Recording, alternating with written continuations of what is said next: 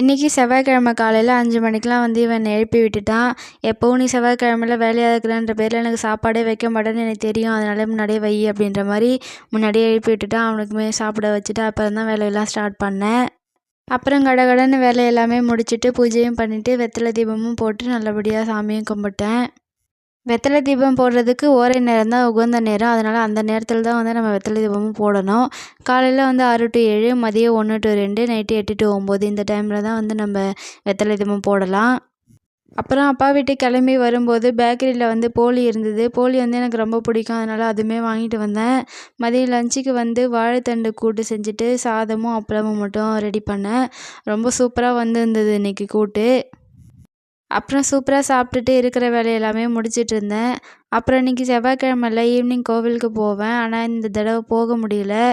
அதுவே ரொம்ப ஒரு மாதிரி வருத்தமாக தான் இருக்குது. சரி ஓகே அப்படின்னு சொல்லிட்டு நானும்